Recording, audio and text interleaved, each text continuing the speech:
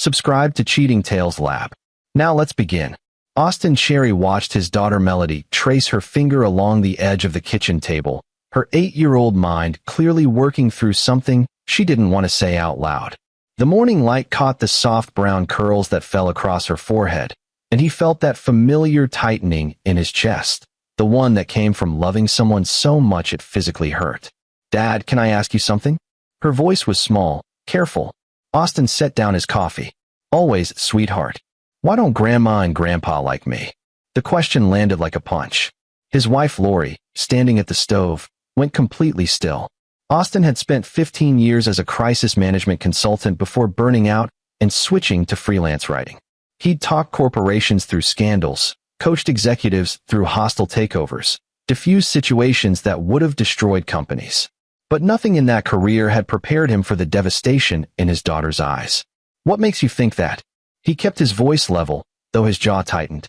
Melody shrugged, a gesture far too resigned for someone her age. "They never visit. And when we go there, Grandma always says I'm too loud or too messy. Last time, she said I had unfortunate features, and that's why I should always be polite, since I won't have looks to fall back on." Lori's knuckles whitened on the spatula. Austin's parents, Howard and Brenda Cherry, had perfected the art of cruelty disguised as concern. They lived an hour away in Millbrook Heights, in the same sprawling Tudor house where Austin had grown up. Howard had made his money in commercial real estate, and Brenda had made her identity out of being a real estate mogul's wife. They sat on charity boards, hosted fundraisers, and presented themselves as pillars of the community. They'd hated Lori from the moment Austin brought her home 12 years ago. She was a nurse, not from money, and worse. In Brenda's eyes, she was plain. When Melody was born, Brenda had looked at the infant with undisguised disappointment, as if the baby had personally failed her by not emerging as an Instagram-ready cherub. "Your grandparents," Austin said carefully, "have some problems with how they see the world. That's about them, not about you. You're perfect exactly as you are." Melody nodded, but he could see she didn't believe him. How could she? She was 8. All she knew was that the people who were supposed to love her unconditionally found her fundamentally lacking. The birthday incident had happened 3 weeks ago. Melody's 9th birthday was coming up in September, and Austin's sister Carol had suggested a joint celebration with her daughter Angela's 12th birthday, which fell on the same weekend. Austin should have known better than to agree, but he'd hoped, stupidly, that his parents might make an effort. Carol Lambert had married Rob Lambert, a corporate attorney who'd made partner at 32. They lived in a gated community, drove matching BMWs, and Angela attended a private school that cost more than Austin's first car. Carol had always been competitive with Austin, even as kids, but motherhood had turned that competitive streak into something uglier. Every milestone Angela hit became a weapon to diminish Melody. The party had been at Carol and Rob's house, a gleaming monument to excess with its marble foyer and crystal chandelier. Angela had held court like a tiny tyrant, showing off her new designer clothes while Melody had stood quietly in her Target dress, clutching the homemade card she'd created for her cousin. Howard and Brenda had arrived with a stack of wrapped presents, 5 large boxes, each one gorgeously wrapped in silver and gold paper. Melody's eyes had lit up. For one precious moment, Austin had seen his daughter believe that maybe, just maybe, her grandparents actually cared. Then, later that night, after the party, Howard had pulled Austin aside. "We need to return those gifts," Howard had said flatly. "Get the money back." Austin had stared at his father. "What?" "The gifts for Melody." Brenda went overboard. "We're returning them. The money's better spent elsewhere." Howard's expression was matter-of-fact, as if he were discussing a business transaction. "The child doesn't need all that. She wouldn't appreciate it anyway. Those were birthday presents. For your granddaughter. She doesn't deserve nice things," Brenda had interjected, appearing beside her husband like a designer-clad specter. "We spoiled Angela because she's exceptional. She works hard at school. She's talented. She's going places. Melody is, well, we need to be realistic about her prospects. Building character through modest expectations is actually a kindness." Austin had felt something cold settle into his bones. "You're serious?" "Completely. We'll give her something small later. Something appropriate." Brenda had smiled, the same smile she used at her charity luncheons. "You'll thank us when she doesn't grow up entitled." They'd taken the gifts that night. All 5 boxes. Melody had never known they existed, and Austin hadn't told her. He'd absorbed that particular cruelty himself, let it settle into the growing catalog of his parents' calculated meanness. But he'd underestimated their capacity for malice. The call had come from Carol 2 weeks later. Mom and Dad want to do Christmas at their place this year. Big family gathering. We should make an effort to come together, don't you think? Austin had wanted to refuse, but Lori had touched his hand. Maybe it'll be different. It's Christmas. It wasn't different. They'd arrived at the Tudor house on Christmas morning to find it transformed into a winter wonderland. White lights, a 12-foot tree, garland draping every surface. Angela had been dressed like she was attending a photo shoot, all cashmere and silk. Melody had worn her best dress, the blue one with small flowers that Lori had carefully ironed. Under the tree sat mountains of presents. Austin counted at least 20 with Angela's name. For Melody, there were 5 boxes, the same size and shape as the birthday presents, wrapped in the same silver and gold paper. His daughter's face had transformed. Hope, pure and painful to witness, had flooded her features. She'd looked at Austin with such joy that his heart had cracked. "Can I open one now?" Melody had asked, her voice breathless. After breakfast, Brenda had decreed, drawing out the anticipation with surgical precision. They'd eaten. Austin had barely tasted the food, watching his daughter steal glances at the presents, watching her practice the thank you speech she'd clearly been rehearsing in her head. Finally, Brenda had gestured toward the tree. "Go ahead, girls."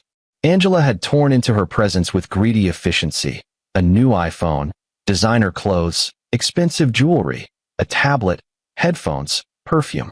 Each gift was met with squeals calculated to showcase her haul.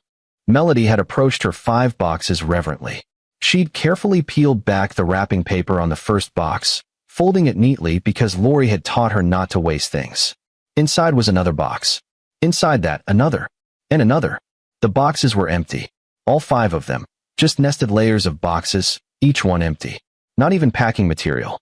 Just nothing. The room had gone silent. Melody had stared at the empty boxes, her small hands trembling. Angela had started laughing, a cruel, delighted sound. "Oh my God, you got nothing." Angela had crowed. "Literally nothing. And I got a phone."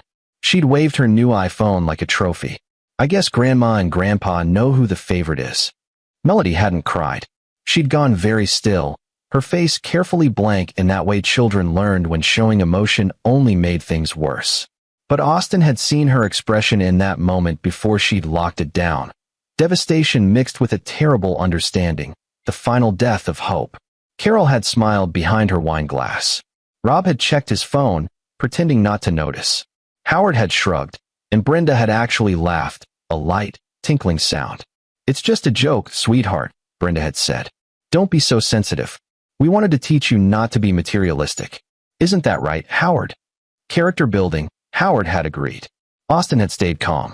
Every instinct screamed at him to rage, to flip the table, to grab Melody, and walk out. But he'd learned something in his years of crisis management.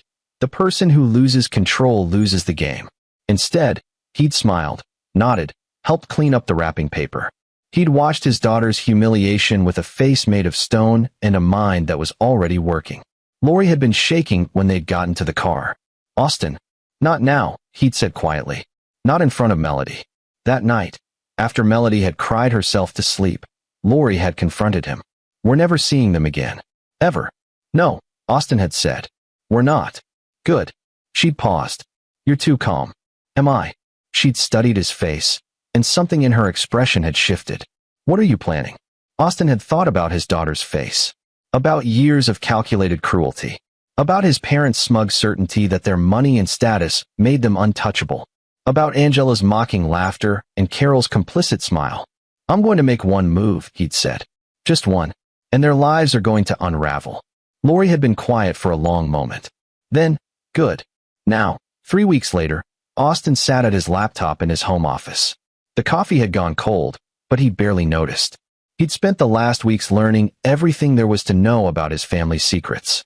What he'd found was better than he'd imagined. His parents weren't just cruel. They were careless. And their carelessness was going to cost them everything. Austin's investigation had started with a simple question. Where had the money from Melody's returned gifts gone? His parents weren't poor. Howard's real estate company still generated healthy income, and Brenda had her own money from a family trust. So why the petty cruelty of returning a child's birthday presents? The answer, as it turned out, opened a much larger door. He'd started by accessing financial records he technically shouldn't have been able to see. One of the skills he developed in crisis management was building a network of people who owed him favors. A forensic accountant named Luke Parker had been one of his go-to resources for corporate investigations. Luke owed Austin for keeping his name out of a messy lawsuit 3 years back. "I need you to look at some accounts," Austin had said over drinks at a quiet bar downtown. Discreetly, Luke had raised an eyebrow. "Whose accounts?" "My parents."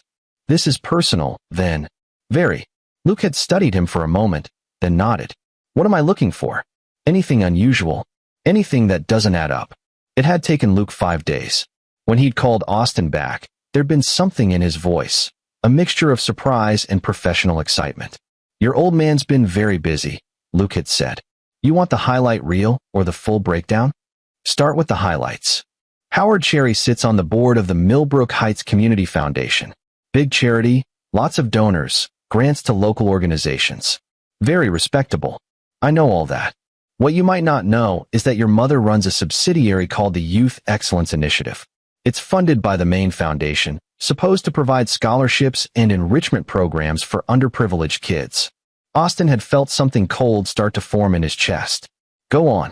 "The initiative has processed about $2 million in donations over the past 4 years. Want to guess how much actually went to scholarships?" "Tell me." "Maybe 20%. The rest went to administrative costs and program development. In practice, that means your parents have been paying themselves consulting fees. Your mother's been expensing personal shopping trips as donor cultivation, and they've been funneling money to Carol's husband's law firm for unnecessary legal work. That's fraud. It's creative accounting that crosses into fraud. Yeah, but here's where it gets interesting." Luke had paused. The foundation's biggest donor is Salvatore Marshall. Tech entrepreneur, made his fortune in data security.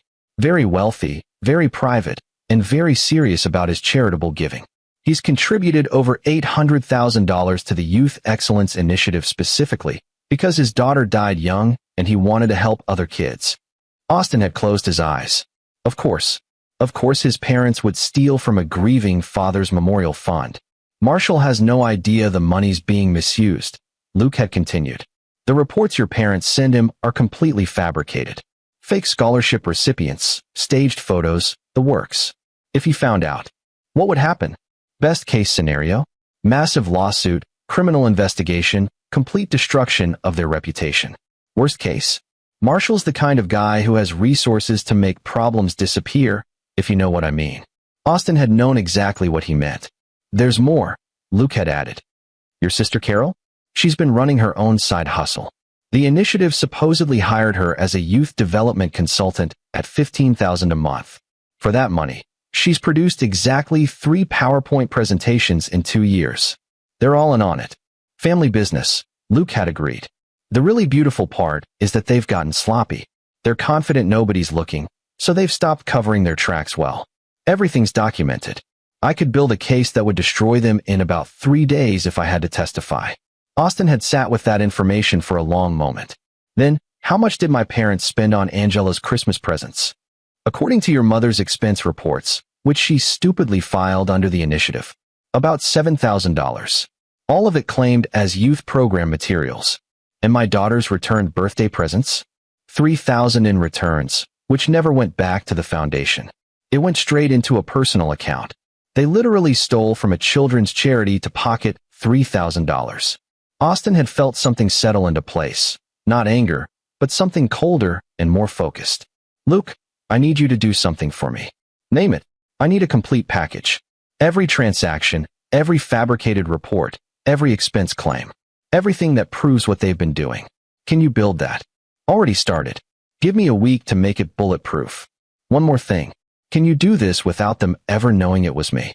Luke had smiled. "Crisis Management 101, right? Never leave fingerprints." Exactly. That conversation had been 2 weeks ago. Now Austin had the complete file, 200 pages of documented fraud, false reports, misappropriated funds. It was damning. It was thorough. and it was exactly what he needed. But simply exposing them wasn't enough. Austin wanted them to feel what Melody had felt.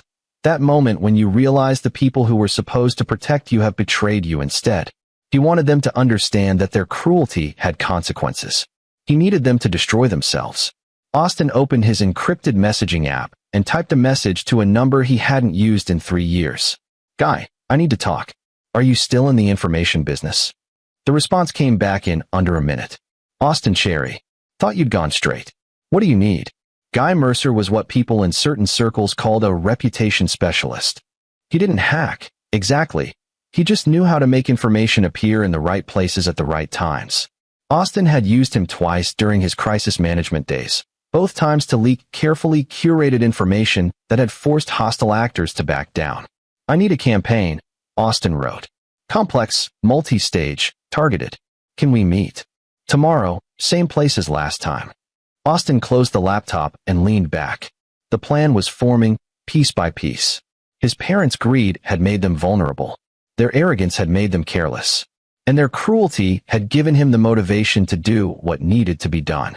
He thought about Melody, about her small hands opening those empty boxes, about Angela's mocking laughter, about his parents' casual cruelty disguised as character building. They'd wanted to teach his daughter that she didn't deserve nice things. He was going to teach them what they deserved. Lori appeared in the doorway. "You've been in here for hours." "I'm almost done." She walked over, put her hands on his shoulders. "Austin, whatever you're planning. It's legal," he said. "Mostly. And it's deserved. Completely." She was quiet for a moment. "Will it hurt them?" "Yes." "Good."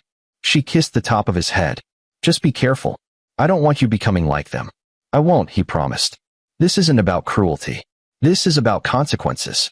After she left, Austin opened a new document and began to write. The first email would go out tomorrow, anonymous, targeted, designed to start a very specific chain of events.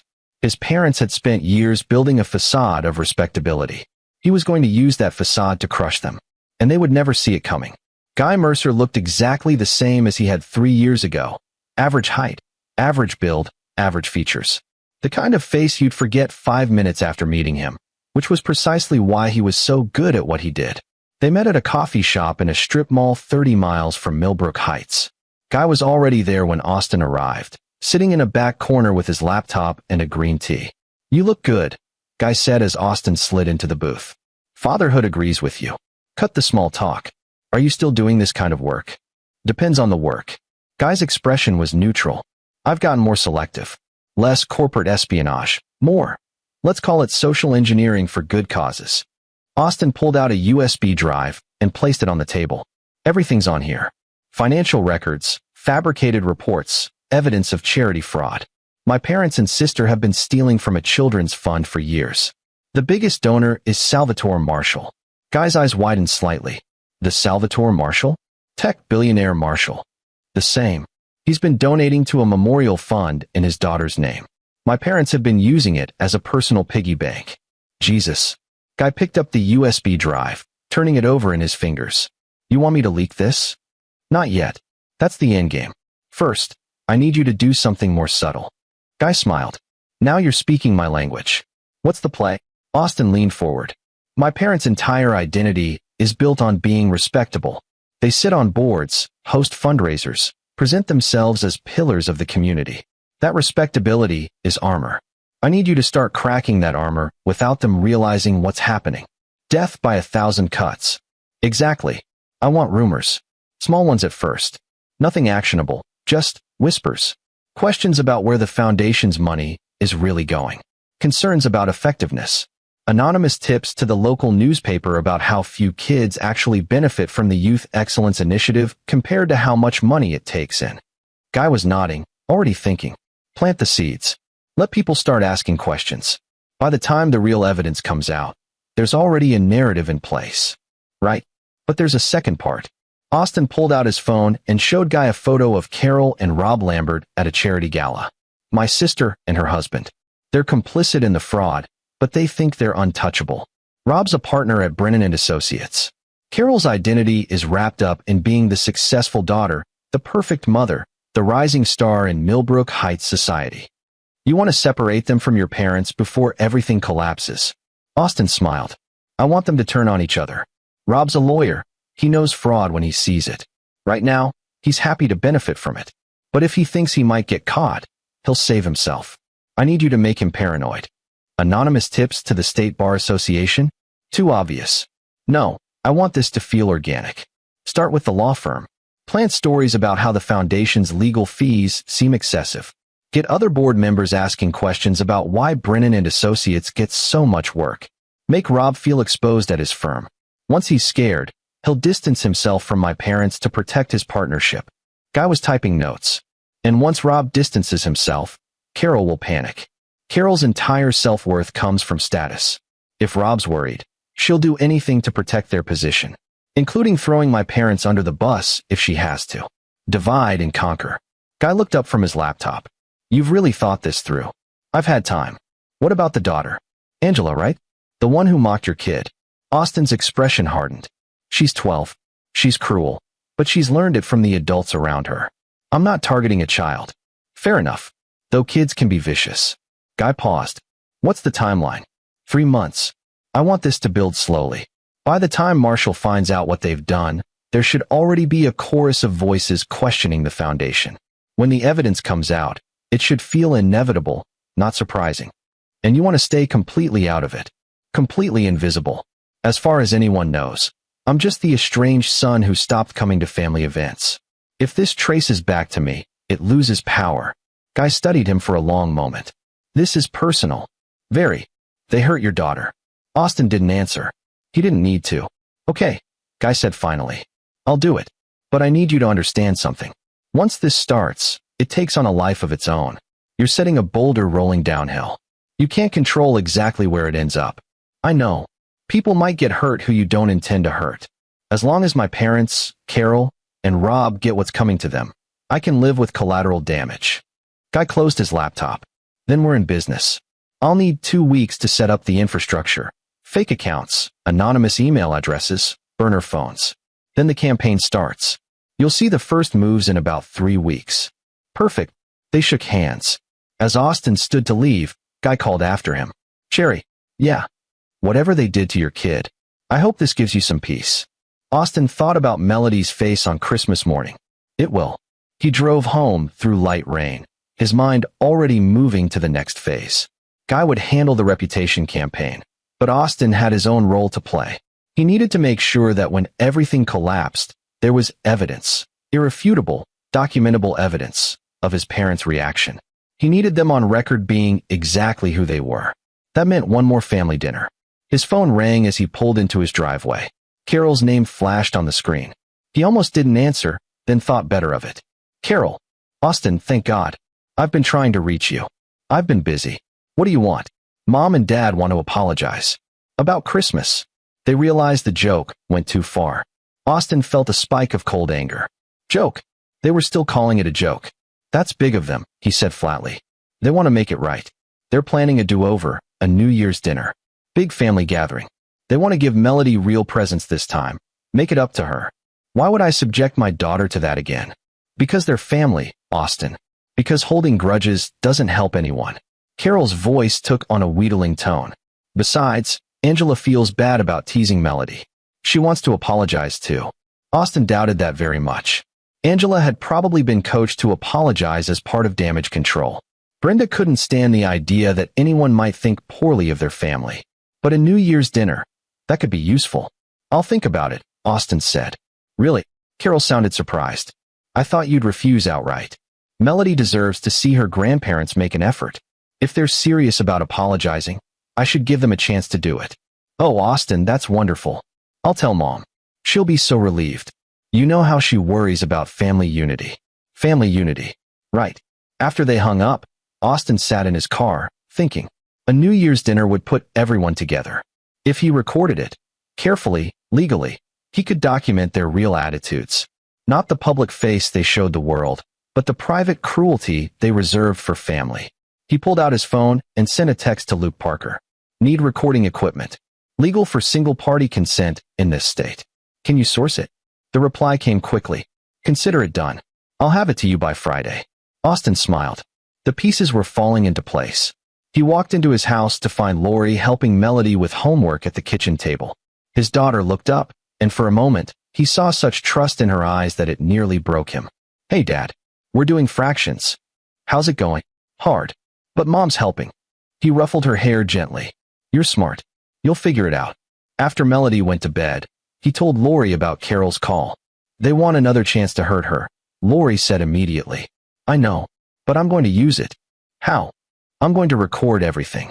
Every cruel comment, every dismissive remark. When this all comes out, I want people to see exactly who they are, not just what they've done." Lori was quiet, considering. And if they're actually genuine? If they really do apologize? Austin met her eyes. "They won't be.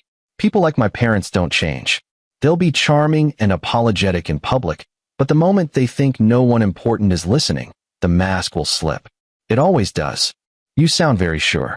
"I've known them my whole life, Lori. Trust me on this." She nodded slowly.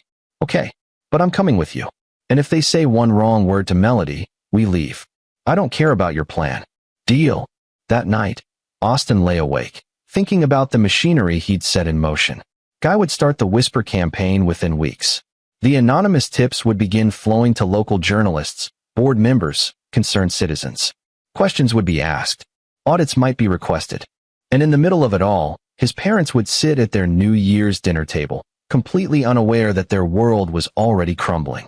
He thought about crisis management, about all the times he'd advised clients to control the narrative before it controlled them. His parents had never learned that lesson. They thought their money and connections made them immune to consequences. They were about to learn otherwise. The first crack appeared 3 weeks later, exactly as planned. Austin saw it mentioned in the Millbrook Heights Observer's weekly roundup, a small item, barely 2 paragraphs, buried in the community news section. Questions raised about foundation effectiveness. Multiple sources close to the Millbrook Heights Community Foundation have expressed concern about the Youth Excellence Initiative's impact relative to its funding. While the program has received substantial donations, including significant contributions from philanthropist Salvatore Marshall, community members report seeing little evidence of scholarship recipients or program outcomes. Foundation Director Howard Cherry could not be reached for comment. Austin read it 3 times, a smile tugging at his mouth. Guy had planted it perfectly, not accusatory enough to trigger a lawsuit, but pointed enough to start people asking questions. He showed it to Lori that evening. "It's starting," she said. "Just the opening move." 2 days later, Carol called. She sounded stressed. "Have you seen the Observer article?" "Which one?" "The one about the foundation." "People are talking, Austin. Mom's freaking out." "Why would she freak out? If the program's doing good work, there's nothing to worry about." "That's what I said. But you know how she gets when people question her." Carol lowered her voice. "Between you and me, I think the program could be better organized. Mom's not exactly detail-oriented with the paperwork." Austin filed that away. Carol was already hedging, already starting to distance herself. "I'm sure it'll blow over," he said mildly. "I hope so. The New Year's dinner is in 2 weeks. Mom wants everything to be perfect. She's planning this whole elaborate apology to Melody, multiple gifts, the works. That's nice of her. She wants to prove she's a good grandmother. You know how she is about appearances." "Oh, Austin knew." "We'll be there," he said. After the call, he met with Luke Parker at a neutral location, a park bench near a running trail where they could talk without being overheard. "The recording equipment," Luke said, handing over a small package. "Top of the line. Looks like a pen. Records for 8 hours. Crystal clear audio. Completely legal in a single-party consent state, as long as you're part of the conversation." "Perfect. I saw the Observer article." "That you're doing?" "Indirectly." "Nice touch. I've also been hearing whispers at the foundation board meetings. Someone's been asking pointed questions about program metrics and outcomes." "Howard's getting defensive." "Let him get defensive. Defensive people make mistakes." Luke grinned. "You're enjoying this." "My daughter cried herself to sleep on Christmas." "Yeah, I'm enjoying watching them squirm." "Fair enough. What's next?"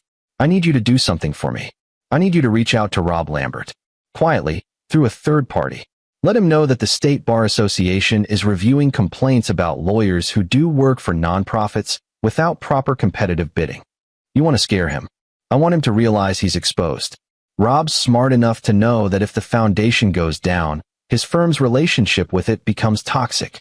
Once he's worried about his partnership, he'll start protecting himself. And once he protects himself, Carol will panic.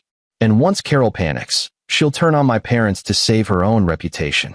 Luke nodded slowly. You're orchestrating a family implosion. They did it to themselves. I'm just accelerating the timeline. What about Salvatore Marshall? When does he find out? Not yet. Marshall's the nuclear option. When he finds out his daughter's memorial fund was being embezzled, he'll bring the full weight of his resources down on them. But I need the foundation already under scrutiny when that happens. Otherwise, my parents might find a way to spin it, make excuses, settle quietly. You want maximum damage. Austin thought about Melody's face. I want complete destruction. That night, he tested the recording pen, making sure it picked up voices clearly at different distances and volumes. It worked perfectly. He practiced keeping it visible but unremarkable, clipped to his shirt pocket, just another pen. Lori watched him prepare. You're really going through with this? Yes. They're still your parents. They stopped being my parents when they humiliated my daughter for entertainment. She didn't argue with that. The day before the New Year's dinner, Austin received a text from an unknown number. Phase 2 initiated. Board member requesting formal audit. Your father is scrambling. Gee. Austin smiled. Right on schedule. He typed back. Perfect. Keep the pressure steady. The reply came immediately. Already done. Anonymous tip sent to Marshall's office suggesting he verify his donation was used as intended. His people will start asking questions within a week. Austin felt a surge of satisfaction. Everything was converging. The New Year's dinner would be the perfect capstone. A recording of his parents' true nature, captured just as their world started to collapse around them. He spent New Year's Eve helping Melody pick out an outfit for the dinner. She was quiet, hesitant. Do I have to go, Dad? You don't have to do anything you don't want to do. But you want me to go. Austin knelt down to her level. I want you to see your grandparents apologize to you. I want you to hear them say they were wrong. You deserve that. What if they're mean again? Then we leave immediately, and you never have to see them again. I promise. Melody considered this. Okay, but can I bring Mr. Whiskers? She held up her favorite stuffed cat, a battered gray tabby that had been her comfort object since she was 3. Absolutely. That night, after Melody was asleep, Austin and Lori sat together on the couch. Last chance to back out, she said softly. I'm not backing out. You're about to destroy your family. They destroyed themselves. I'm just making sure everyone sees it. Lori took his hand. Promise me something. What? Promise me this is about justice, not revenge. Austin was quiet for a long moment. What's the difference? Justice is about making things right. Revenge is about making yourself feel better. He thought about that. About Melody's tears, about years of watching his parents demean and diminish everyone around them, about the casual cruelty they called character building. It's both, he said finally. It's about making sure they face consequences for what they've done. And yes, there's satisfaction in that. But if it were just about making me feel better, I'd have done something quicker and Messier. This is about dismantling them piece by piece so thoroughly that they can never hurt anyone else. Lori studied his face in the dim light. Okay, then let's finish it. The next morning, Austin dressed carefully, business casual, nothing too formal. He clipped the recording pin to his shirt pocket and tested it one more time. Clear audio, perfect. They drove to Millbrook Heights through cold January rain. Melody sat in the back seat, clutching Mr. Whiskers, unusually quiet. Austin caught her eye in the rearview mirror. You okay, sweetheart? Will Angela be there? Probably. I don't want her to be mean again. If she is, we'll leave. Remember? You have all the power here. Melody nodded, but she looked unconvinced. The Tudor house loomed ahead, its windows glowing warm against the gray afternoon. Carol's BMW was already in the driveway. Austin felt his pulse quicken, not from nerves, but from anticipation. He activated the recording pen. Time to document exactly who his parents really were. Brenda Cherry opened the door wearing an outfit that probably cost more than Austin's monthly mortgage. Cashmere sweater, designer slacks, enough jewelry to stock a small boutique. Her smile was practiced, perfect, and completely false. Austin, Lori, and sweet Melody. She leaned down, and Melody instinctively stepped back. Come in, come in. We're so glad you could make it. The house smelled like expensive candles and something roasting in the oven. Howard appeared from the living room, drink in hand, his silver hair perfectly styled. He'd always looked like what he was, a man who'd made money and wanted everyone to know it. "Son." Howard offered a handshake instead of a hug. Austin took it, keeping his expression neutral. Carol emerged from the kitchen, Angela trailing behind her. His sister looked tense, and Austin wondered if Rob had already received Luke's carefully planted warning about the Bar Association review. "You made it." Carol's enthusiasm sounded forced. "Angela, say hello to your cousin." Angela looked at Melody with barely concealed disdain. "Hi." Melody clutched Mr. Whiskers tighter. "Hi. You brought your baby toy?" Angela smirked. "I thought only little kids carried stuffed animals." Austin felt Lori tense beside him. He put a gentle hand on Melody's shoulder. "Mr. Whiskers is special," Melody said quietly. "Special for babies, maybe." "Angela." Carol's tone was sharp. "Be nice." Angela rolled her eyes, but didn't say anything else. They moved into the living room. The Christmas decorations were still up, the tree still massive and obscenely decorated. Austin noted the recording pen was working, capturing every word. "Drinks," Howard offered. "Wine?" "Cocktail." "Water's fine," Austin said. "Of course it is," Howard muttered, but he went to get it. Brenda gestured everyone to sit.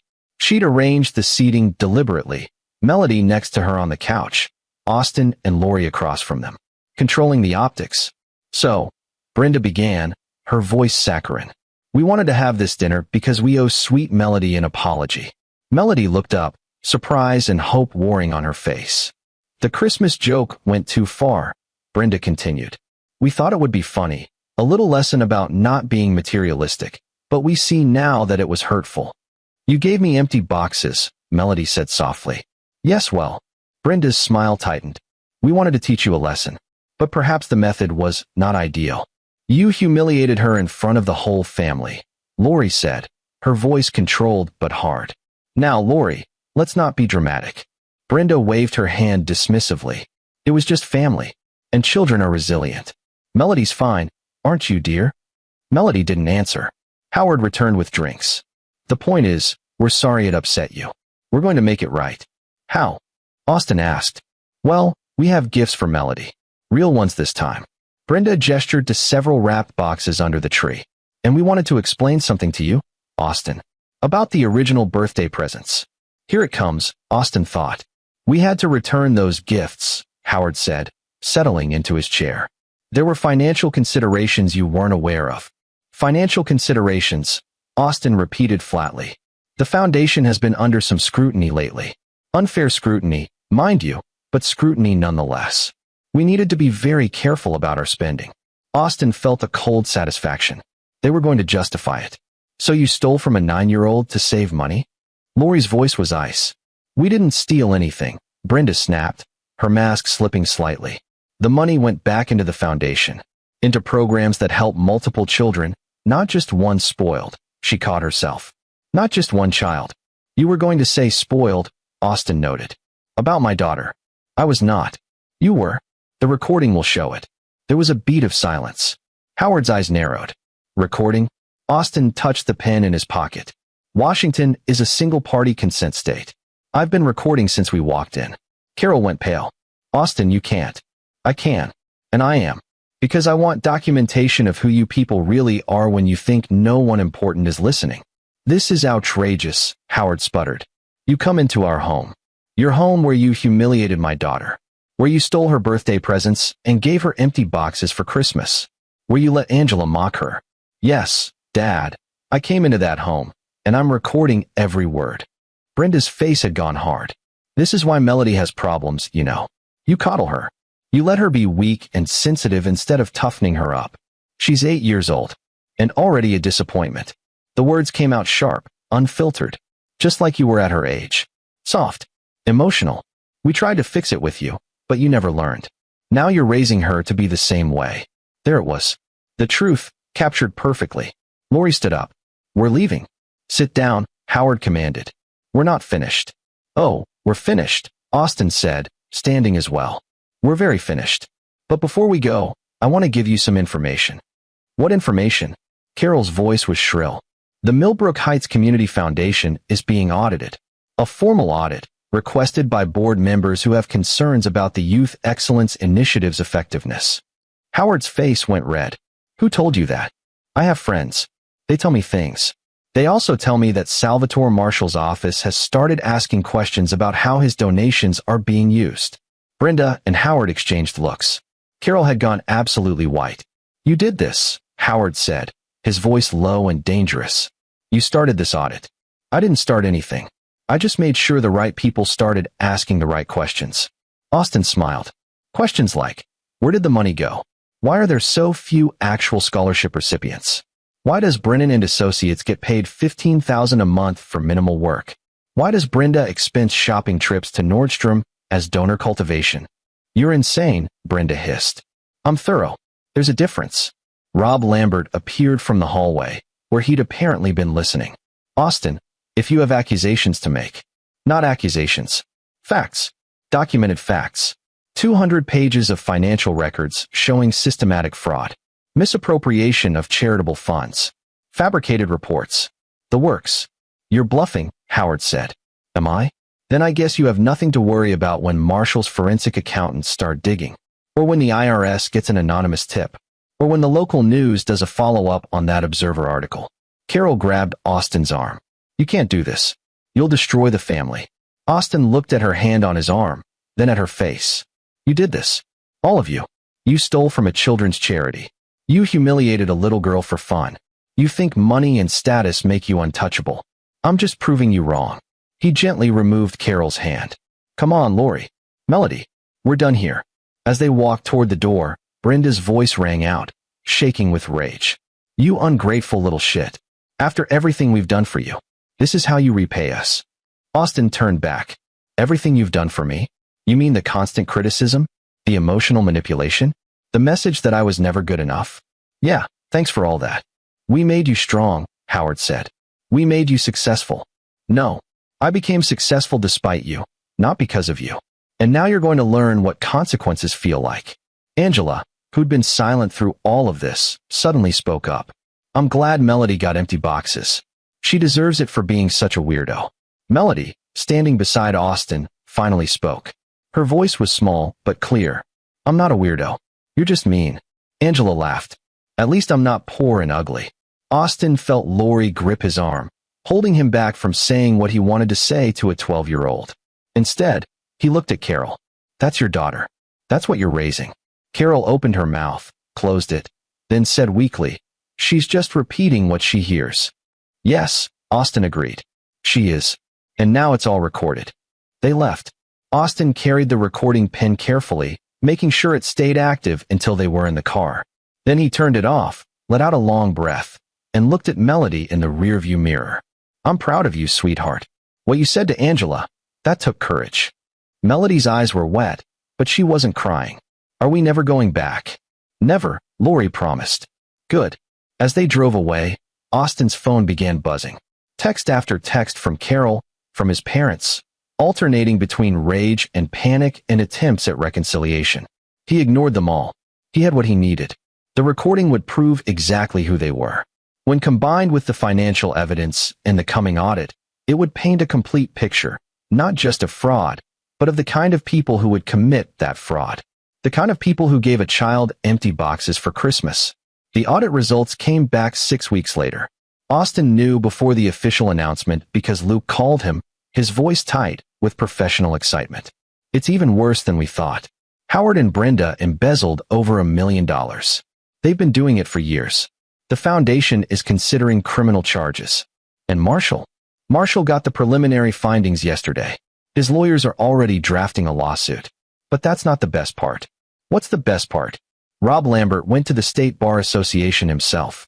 Voluntary disclosure. He's claiming he had no knowledge of the fraud and was misled about the nature of the legal work. He's throwing Howard and Brenda completely under the bus to save his license. Austin smiled. And Carol's having a meltdown, according to my sources. She's trying to claim she was just a consultant, had no real involvement, was manipulated by her parents. She's publicly distancing herself from them as fast as possible. Good. There's more. The local news is running a full investigation. They got their hands on some of the financial records, anonymously provided, of course, and they're doing a primetime special. Charity fraud in Millbrook Heights. How one family betrayed a community's trust. When does it air? Tomorrow night. Austin felt a wave of satisfaction. It was all coming together, faster than he'd hoped. That evening, he sat down with Lori and showed her the audit summary that Luke had sent him. She read it in silence, her expression darkening. They really did steal from children, she said finally. From Marshall's memorial fund for his daughter. That's beyond cruel. It's who they are. What happens now? Now they face the consequences. Criminal charges, civil lawsuit, complete public disgrace. Everything they built, their reputation, their status, their place in the community, it's gone. And you feel? Austin considered the question. Satisfied. Not happy exactly, but satisfied that justice is being served. Lori touched his face gently. Just make sure it doesn't consume you. It won't. This was never about destroying them for its own sake. It was about making sure Melody knew that what they did was wrong, that she didn't deserve it, and that actions have consequences. The next night, they watched the news special together. It was damning. The reporter had done excellent work, laying out the financial fraud in clear, accessible terms. There were interviews with people who'd tried to apply for scholarships and been turned away despite the program having plenty of money. There was footage of Howard and Brenda at charity galas, dripping in designer clothes while claiming to care about underprivileged children. And there was the recording. Austin had provided selected excerpts. Not the whole thing, but enough. Brenda calling Melody a disappointment. Howard dismissing the Christmas humiliation as just family. Angela's cruel comments. The casual cruelty, the contempt, the absolute lack of empathy. The reporter's conclusion was scathing. This is a family that claimed to help children while actively harming them, both through fraud and through personal cruelty. The question now is whether they'll face criminal charges for their actions. Austin's phone exploded with calls and texts. Friends, former colleagues, people he hadn't talked to in years. Everyone wanted to know about his parents, about the scandal. He ignored most of them. But when Salvatore Marshall's office called, he answered. Mr. Cherry, this is Joel Knight, legal counsel for Mr. Marshall. Mr. Marshall would like to speak with you, if you're amenable. Put him on. There was a pause, then a new voice, deep, controlled, carrying the weight of someone used to being taken very seriously. Mr. Cherry, I understand your parents misappropriated funds from my daughter's memorial foundation. They did. I'm sorry. Don't apologize for their crimes. Marshall's voice was hard. I'm calling because I want to understand what happened. My team has reviewed the audit, but I'd like to hear it from you directly. Austin took a breath. My parents have been stealing from the Youth Excellence Initiative for years. They fabricated reports to make it look like the money was going to scholarships when it was really funding their lifestyle. When I discovered it, I made sure the right people started asking questions. Why did you discover it? What made you look? Austin thought about Melody's face. They did something cruel to my daughter. When I started digging into why they'd done it, I found the fraud. There was a long pause. Your daughter? How old? 8. Almost 9. My daughter was 7 when she died. Cancer. I started the memorial fund because I wanted to help other children, to give them opportunities she never got to have. Marshall's voice cracked slightly. To learn that the money I gave in her name was stolen, that it went to designer clothes and luxury vacations instead of helping children. I'm sorry, Austin said again. Your parents will pay for this. I'm filing a civil suit for the full amount plus damages. I'm also pushing the DA to pursue criminal charges. They'll go to prison if I have anything to say about it. Good. I understand you have recordings of them discussing the fraud. Not discussing the fraud directly, but discussing their attitudes toward charity, toward children, toward accountability. It shows character. I'd like to hear them. For my lawsuit. Austin made a decision. I'll send them to your counsel. Everything I have. Thank you. Marshall paused. Mr. Cherry, I want you to know, what you did, exposing this fraud, that took courage. A lot of people would have looked the other way, especially when it's family. They hurt my daughter. After that, they stopped being family. I understand that completely. After the call ended, Austin sat in silence. Lori came up behind him, put her hands on his shoulders. How do you feel? Like it's almost over. Almost. There's one more thing I need to do. The criminal charges came 3 weeks later. Howard and Brenda Cherry were indicted on multiple counts of fraud, embezzlement, and filing false reports. Rob Lambert, having cooperated with investigators, was not charged. Carol was named as a person of interest but avoided indictment by claiming ignorance and returning all the consulting fees she'd received. The civil suit from Marshall was even more devastating. He was suing for $10 million, the embezzled funds plus punitive damages. His lawyers were the best money could buy, and they were out for blood. The Millbrook Heights community turned on the Cherries with vicious speed. Board memberships were revoked. Charity galas they'd hosted were canceled. Friends stopped calling. Their Tudor house went up for sale to pay legal fees. Austin watched it all from a distance, methodical and calm. But there was one more piece of the puzzle. He arranged a meeting with Carol at a neutral coffee shop. She looked terrible, exhausted, older, her expensive clothes rumpled. She'd lost weight, and not in a healthy way. Austin. Her voice was hoarse. Thank you for meeting me. I wasn't sure I would. I know you hate me right now. I don't hate you, Carol. I just see you clearly for the first time. She flinched. I'm sorry. For everything. For Christmas, for the birthday presents, for not stopping Angela. Are you sorry it happened? Or sorry you got caught? Carol was silent. That's what I thought. Austin leaned back. Here's why I wanted to meet. I want you to understand something. I didn't do this out of nowhere. I didn't wake up one day and decide to destroy our family. You all did this to yourselves. I know. Do you? Because even now, you're trying to save your own skin. You threw mom and dad under the bus to protect yourself. You're claiming you didn't know about the fraud, that you were just a pawn. I didn't know the extent of it. But you knew something was wrong. You knew the initiative didn't help that many kids. You knew you were getting paid for doing almost nothing. You just didn't care because the money was good and it made you feel important. Carol's eyes filled with tears. What do you want from me, Austin? You want me to go to prison too? No. I want you to admit the truth. Not to me. I already know it. Admit it to yourself. You chose status and money over integrity. You chose to be complicit in hurting children because it benefited you. And when it all came crashing down, you chose to save yourself instead of taking responsibility. I have a daughter to think about. So do I. That's the difference between us, Carol. When I had to choose between protecting my daughter and protecting my parents, I chose my daughter. You chose yourself. She was crying now, ugly sobs that shook her whole body. Austin felt no satisfaction in it. This wasn't about making her cry. It was about making her see. Angela's being bullied at school, Carol said through her tears.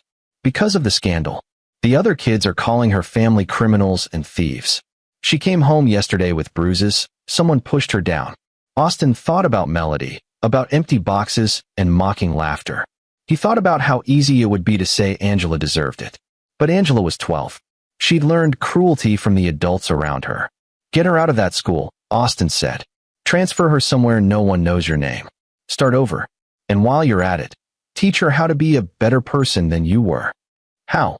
Start by being honest with her. Tell her what you did. Tell her what our parents did. Tell her that money and status aren't worth betraying your values for. Give her a chance to be better than all of us. Carol wiped her eyes. Why are you telling me this? Why do you care what happens to Angela? Because I don't want Melody to grow up thinking revenge is the only answer to cruelty. I want her to see that there's a difference between justice and vindictiveness. I destroyed our parents because they deserved it. But you and Angela, you can still change. You can still be better. He stood to leave. Austin, Carol called after him. Do you think you'll ever forgive me? He considered the question. I don't know. Maybe. But I don't think we'll ever be close again. Too much has happened. I understand. As he walked away, Austin felt something shift. The anger that had driven him for months was finally starting to ease. Not disappearing entirely, but transforming into something else. Something calmer. Lori was waiting in the car. How did it go? Better than expected. She's broken, but maybe that's what she needed. And you? I'm done. With all of it. The investigation is in the hands of professionals now. Marshall's lawyers will make sure mom and dad pay. Carol will have to live with her choices. It's not my problem anymore. They drove home in comfortable silence. When they arrived, Melody was in the front yard, playing with Mr. Whiskers and laughing. The sound was pure and unburdened. Austin watched his daughter, and something in his chest unclenched. She's okay, Lori said softly. Despite everything, she's okay. Yeah, she is. That night, after Melody was asleep, Austin deleted all his files on his parents. The recordings, the financial documents, the evidence, all of it. He'd kept copies in a secure location for legal purposes, but he didn't need to carry it with him anymore. It was done. They'd face their consequences.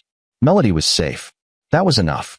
The trial of Howard and Brenda Cherry became a sensation in Millbrook Heights and beyond. Marshall's lawsuit had already bankrupted them. They'd lost the Tudor house, their cars, their assets. Howard's real estate company had collapsed. Brenda's social standing was obliterated. The criminal trial was the final nail in the coffin. Austin attended part of it, sitting in the back of the courtroom with Lori. He watched his parents sit at the defense table, looking smaller somehow, diminished. Brenda's designer clothes were gone, replaced by a simple gray suit.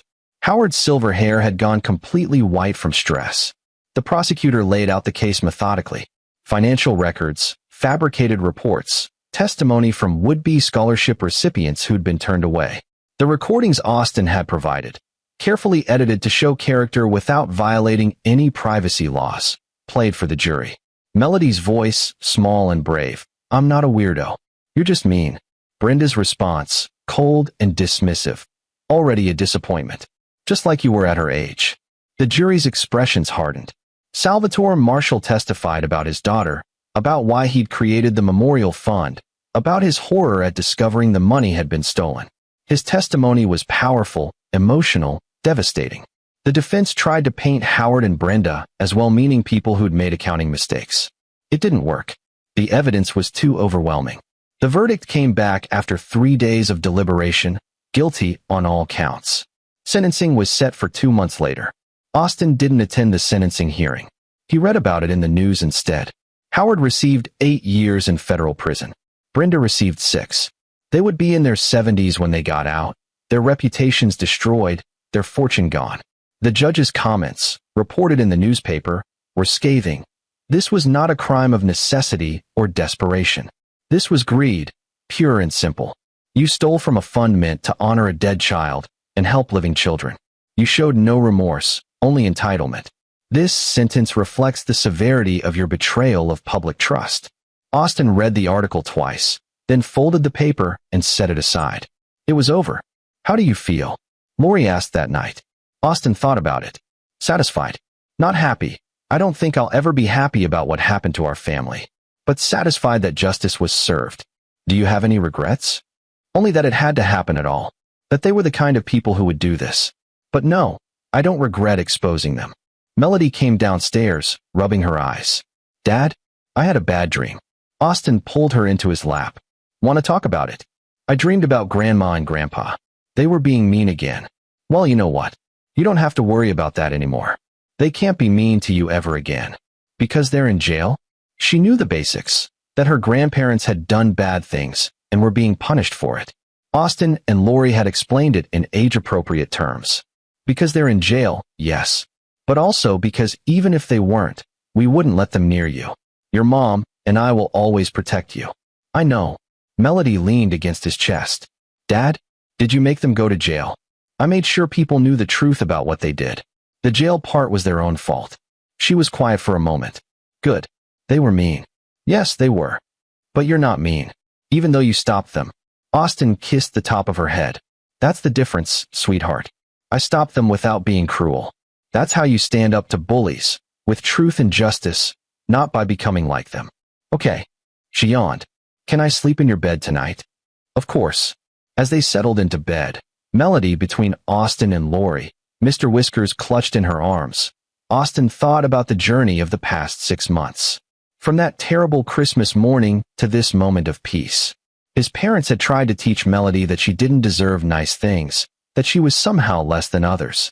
Instead, they'd taught her something more valuable, that cruelty has consequences, that justice exists, and that her father would move mountains to protect her. 3 months later, Austin received a letter. It had been forwarded through several addresses before reaching him, and the handwriting on the envelope was shaky. It was from Brenda. He almost threw it away without reading it. But curiosity won out. "Austin, I know you probably don't want to hear from me. I know you hate me, and I understand why. But I need you to know something. I'm sorry. Not because I got caught. Not because I'm in prison. I'm sorry because I finally understand what I did. There's a woman here named Paula. She's in for embezzlement too. Stole from her employer to pay for her son's cancer treatment. She showed me a picture of him. He's alive now, 23, thriving. And all I could think was, I stole from a memorial fund for a child who died. I stole money that was meant to help children like Paula's son. I thought about Melody, about what I said to her, about the empty boxes, about every cruel thing I did to that little girl, my granddaughter, who never did anything except exist. I don't have an excuse. Your father and I, we got so caught up in status and money and appearances that we forgot to be human. We forgot that none of that matters if you're a terrible person. I know you won't forgive me. I know Melody won't. I don't deserve forgiveness. But I wanted you to know that I finally see what I was. What I did. And I'm sorry. I hope Melody is happy. I hope she never becomes like me. Brenda. Austin read the letter 3 times. It was impossible to know if the remorse was genuine or just a product of consequence. Prison had a way of making people reassess their choices. He showed it to Lori. What are you going to do? She asked. Nothing. It doesn't change anything. Whether she's genuinely sorry or not, the damage is done. Are you going to respond? No. But I won't throw it away either. He put the letter in a folder with all the other documents from the case, a record of what had happened, what his parents had done, and where it had led. Someday, when Melody was older, she might want to know the full story. The letter would be part of that story, a testament to how people can destroy themselves through their own choices. But for now, it was just a letter from a woman in prison, too late with her apology. 2 years passed. Life moved forward in the way it does after a crisis, slowly at first, then with gathering momentum. Austin's writing career flourished. Lori got promoted to charge nurse. Melody thrived in school, her confidence growing with each passing month. They never spoke about Howard or Brenda. The topic simply disappeared from their lives, like a wound that had healed and left only the faintest scar. Carol reached out occasionally, tentative emails, awkward phone calls. She'd moved with Rob and Angela to a different state, started fresh. Angela was in therapy, apparently doing better. Carol was working at a nonprofit, actually doing good work for once. Austin responded to the emails politely but distantly. The wounds were too deep for real reconciliation, but he didn't want to carry anger forever. One evening, Austin sat with Melody helping her with homework. She was working on a school project about courage. Dad, can I ask you something? Always. What's the most courageous thing you ever did? Austin thought about it. About the investigation, the recordings, the systematic dismantling of his parents' lives. About choosing truth over family loyalty, justice over comfort. I stood up for someone I love when powerful people were hurting them, he said finally. Even though it was hard and complicated and cost me a lot. Was it worth it?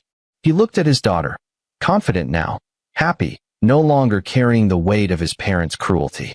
Yes, sweetheart. It was worth it. Melody nodded and went back to her project. Austin watched her write, her pencil moving confidently across the page, and felt a deep sense of peace. He'd set out to make one move that would unravel his parents' lives. In the end, he'd done much more than that. He'd protected his daughter, exposed injustice, and proved that actions have consequences. But most importantly, he'd taught Melody that she was valuable, that she deserved respect, and that someone would always fight for her. That lesson, more than anything else, was what made everything worthwhile. The recording pen sat in a drawer somewhere, and used. The financial documents were filed away. The emails from his parents, the angry ones, then the pleading ones, then the apologetic ones, all archived. The past was the past. Austin Cherry had won. Not because his parents went to prison or lost everything. He'd won because his daughter smiled easily now, because she knew her worth, because the trauma of that Christmas morning had been transformed into a lesson about justice and protection. He'd won because Melody was happy. And in the end, that was the only victory that mattered. This is where our story comes to an end. Share your thoughts in the comments section. Thanks for your time. If you enjoy this story, please subscribe to this channel. Click on the video you see on the screen, and I will see you there.